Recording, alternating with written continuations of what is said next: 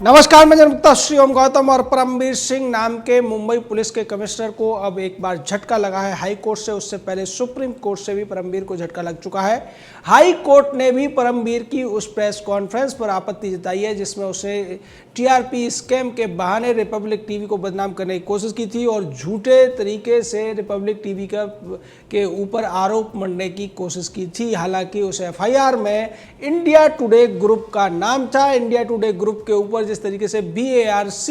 यानी कि broadcast audience research council ने भी 5 लाख का जुर्माना लगाया था। उससे पहले NBSA इंडिया टुडे ग्रुप के ऊपर झूठे न्यूज़ दिखाने के लिए जुर्माना लगा चुका है। उसी इंडिया टुडे ग्रुप और आज तक को बचाने के लिए परमवीर ने जो एक झूठा प्रपंच किया था उसके ऊपर अब दोनों ही बड़े कोर्ट यानी कि भारत का सर्वोच्च अदालत और उसके बाद बॉम्बे हाई कोर्ट ने आपत्ति जता दी है। इससे ज़्यादा शर्मनाक कोई काम किसी भी ब्यूरोक्रेट या IPS ऑफिसर के लिए नहीं हो सकता है। लेकिन नहीं लगता कि इतना सब होने के बावजूद परमवीर सिंह नाम का ये व्यक्ति अपने पद से इस्तीफा देगा या अपने कुकृत्य के लिए माफ़ी मांगेगा। परमवीर ने दरअसल जो कुछ किया था वो आज तक चैनल के साथ मिलकर किया था, इंडिया टुडे ग्रुप के साथ मिलकर किया था और महाराष्ट्र सरकार के साथ मिलकर किया था। जिस तरीके से महाराष्ट्र सरकार पूरी तरीके से पीछे पड़ी हुई है अर्नब गोस्वामी और उनके चैनल के, उसी वजह से FIR में 3 चैनलों के नाम थे, फ़कत मराठी और बॉक्स ऑफिस, इसके अलावा इंडिया टुडे ग्रुप। लेकिन परमवीर ने जानबूझकर उस FIR का जिक्र नहीं किया और एक प्रेस कॉन्फ्रेंस करके उन चैनलों को बुलाया गया जो कि रिपब्लिक टीवी से दुश्मनी रखते हैं या उसकी TRP से चिड़े बैठे हैं। उन सभी ने उसका लाइव टेलीकास्ट किया और उसके बाद तमाम लोग जो न्यूज़ चैनलों में बैठे हुए हैं वो एक तरीके से मोर्चा संभाल कर लग गए अर्नब गोस्वामी को बदनाम करने के लिए। लेकिन ये झूठ ज़्यादा देर तक नहीं चल पाया था और 6 घंटे के भीतर वो FIR सामने आ गई थी जिसकी ऊपर कार्रवाई करनी थी मुंबई पुलिस को। लेकिन उस FIR के सामने आने के बाद भी परमवीर सिंह का जो प्रपंच था वो रुका नहीं और उसने अपने एक पुलिस अधिकारी को आज तक चैनल पर भेजा सफाई देने के लिए, जिसमें ये कहा गया कि आज तक चैनल इंडिया टुडे ग्रुप के खिलाफ शिकायत थी लेकिन हमने उसमें पाया कि गवाह ने उसको खारिज कर दिया है, इसलिए हमने आज तक का नाम नहीं लिया, इंडिया टुडे ग्रुप का नाम नहीं लिया। लेकिन उन्होंने रिपब्लिक टीवी का नाम ले दिया जिसके खिलाफ न कोई सबूत था, न कोई शिकायत थी और ना ही कोई गवाह था। यानी कि परमवीर सिंह नाम का ये IPS अधिकारी जो मुंबई पुलिस का कमिश्नर है वो उद्धव ठाकरे और इंडिया टुडे ग्रुप के मालिक अरुण पुरी के इशारों पर पूरी तरीके से काम कर रहा था। और चूंकि रिपब्लिक टीवी और रिपब्लिक भारत ने इंडिया टुडे ग्रुप को TRP से अपदस्थ कर दिया है, इसलिए बदला लेने के लिए उसको बदनाम करने के लिए इस तरीके की कहानी गढ़ी गई और इस कहानी के द्वारा तमाम जो चैनल थे उनको मौका मिल गया अर्नब गोस्वामी और उसके चैनल से ईर्ष्या को भुनाने का। यही वजह रही कि सुधीर चौधरी हो या रजत शर्मा जैसे लोग भी इस लड़ाई में इंडिया टुडे ग्रुप और आज तक के साथ खड़े होते हुए दिखाई दिए, जिन्हें कई सालों तक पैसे और गोलमाल की वजह से, भ्रष्टाचार की वजह से, घोटाले की वजह से इंडिया टुडे ग्रुप और आज तक चैनल ने TRP में हमेशा पीछे रखा था। लेकिन इन लोगों को लगा कि शायद रिपब्लिक टीवी को निशाना बनाने का ये अच्छा मौका है क्योंकि इंडिया टुडे ग्रुप के साथ साथ आज तक के साथ साथ इंडिया टीवी हो या फिर जी न्यूज़ हो या दूसरे जो चैनल हैं उनकी TRP भी बहुत ज़्यादा घट गई है और वो इसके लिए दोषी मानते हैं रिपब्लिक टीवी के मालिक अर्नब गोस्वामी को। लेकिन ये सारे लोग बाद में माफ़ी मांगने के लिए भी हिम्मत नहीं जुटा पाए और उन्होंने उस न्यूज़ को दबा दिया। लेकिन जी न्यूज़ इस न्यूज़ को कई बार उठाता रहा और बार बार कहता रहा कि इसको लेकर मुंबई पुलिस जांच कर रही है। लेकिन अब जांच के पीछे जो मंशा थी, जो मोटिव था, जो ऑब्जेक्टिव था वो पूरी तरीके से स्पष्ट हो गया है कि चूंकि रिपब्लिक टीवी ने सुशांत सिंह राजपूत के मामले में, दिशा सालियान के मामले में, कंगना रनौत के मामले में और पाल घर के मामले में महाराष्ट्र सरकार से सवाल पूछे थे, ऐसे सवाल, ऐसे तीखे सवाल जिनका जवाब महाराष्ट्र पुलिस के पास नहीं था, मुंबई पुलिस के पास नहीं था और उद्धव ठाकरे की शिवसेना के पास भी नहीं था। उस सबसे महाराष्ट्र सरकार, मुंबई पुलिस पहले से चिड़ी हुई थी और यही वजह थी कि देश के लोगों ने रिपब्लिक टीवी को टीआरपी में काफ़ी ऊपर ला दिया और उसकी वजह से इन सभी को जलन होने लगी, इन सभी को घृणा होने लगी, जिसका नतीजा परमबीर सिंह द्वारा किए गए उस पूरे के पूरे काले कारनामे में निकलकर सामने आया। इंडिया टुडे ग्रुप किस तरीके से इस पूरे काम को भुना रहा था, किस तरीके से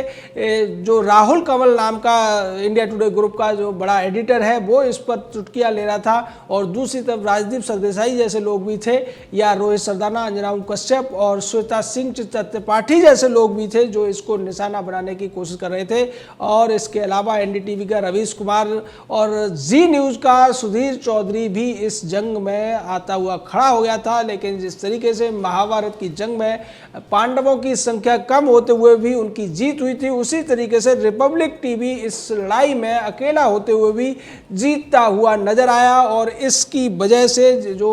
विक्टिमाइजेशन किया गया था, जो निशाना बनाया गया था रिपब्लिक टीवी को दबाने का, उससे उसकी टीआरपी में और ज़्यादा इजाफा भी हुआ। लेकिन अभी BARC यानी कि बार्क ने जो टीआरपी की घोषणा है जो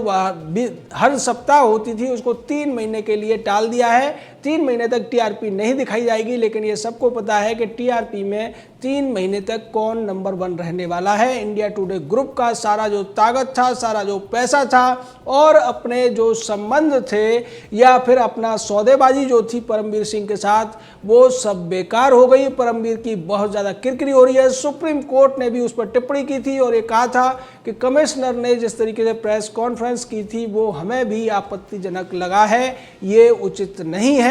वो अपने दायरे से बाहर जाने की कोशिश करते हुए दिखाई दे रहे हैं। वही बात हाई कोर्ट ने भी कह दी है, यानी कि अब सीधे तौर पर हाई कोर्ट हो या सुप्रीम कोर्ट, दोनों ने उद्धव ठाकरे की उस रणनीति पर सवाल उठा दिए हैं जिसके माध्यम से वो अर्नब गोस्वामी को निशाना बनाने वाले थे, उसके पत्रकारों को निशाना बना रहे थे और उसकी वजह से इन सभी की किरकिरी होती हुई नजर आ रही है।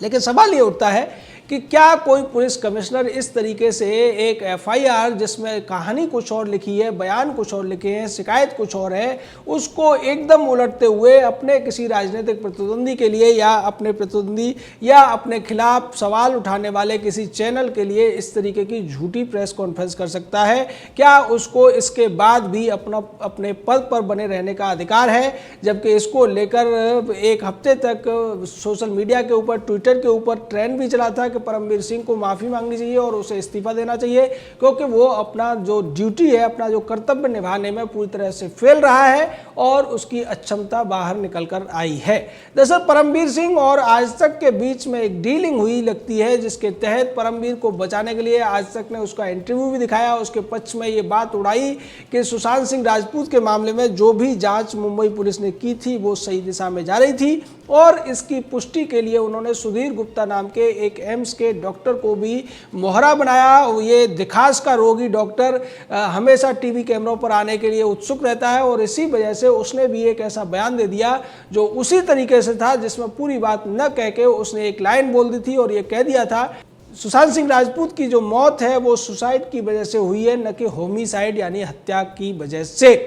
इसको लेकर तमाम चैनलों ने, तमाम अखबारों ने कई सारे आर्टिकल लिख दिए, बड़े बड़े प्रोग्राम बना दिए और उन सभी को कटघरे में खड़ा करने की कोशिश की जो सुशांत सिंह राजपूत की मौत के मामले में हत्या की जांच की मांग कर रहे थे, रिया चक्रवर्ती और उसके साथियों को पकड़ने की बात कर रहे थे। इसको लेकर आज तक और इंडिया टुडे ग्रुप ने इसको अपना हथियार बनाया और सत्यमेव जयते तक लिख दिया। इसके बाद में परमबीर सिंह का इंटरव्यू दिखाया गया और ये कहा गया कि परमबीर और उसकी मुंबई पुलिस ने पूरे प्रोफेशनल तरीके से जाँच की थी, लेकिन कुछ लोगों ने इस बात को गलत तरीके से पेश करके उन्हें बदनाम करने की कोशिश की। इसके बाद उद्धव ठाकरे हो या अनिल देशमुख जो गृह मंत्री है महाराष्ट्र का, या संजय राउत जैसे लोग परमबीर का साथ देते हुए उसकी वाहवाही करते हुए नजर आए। लेकिन बाद में कुछ ही घंटे बाद सुधीर गुप्ता अपनी बात से पलट गया और उसने कह दिया कि जो तथ्य हमारे सामने रखे गए थे, जो रिपोर्ट्स हमारे सामने रखी गई थी या जो सैंपल्स हमारे सामने थे, उसको देखकर कोई भी ये नहीं बता सकता है कि ये जो डेथ है इट इज़ बाय सुसाइड और बाय होमिसाइड, यानी कि ये हत्या है या आत्महत्या, ये कहना बिल्कुल भी संभव नहीं है। उसके बाद सीबीआई ने तमाम सैंपल्स को देश की जो दूसरी एफएसएल लेबोरेटरीज हैं उनमें भेज दिया जांच के लिए, और उसके बाद सीबीआई की तरफ से स्पष्टीकरण भी आया है कि अभी भी हम इस मामले में हत्या के एंगल को नहीं नकार रहे हैं। इन लोगों ने फिर से एक चाल चली, इंडिया टुडे ग्रुप, आज तक जैसे चैनल, उसमें फिर से आगे रहे, एनडीटीवी जैसे, टाइम्स ऑफ इंडिया जैसे लोग शामिल रहे, और उन्होंने एक खबर चला दी सीबीआई इस पूरे के पूरे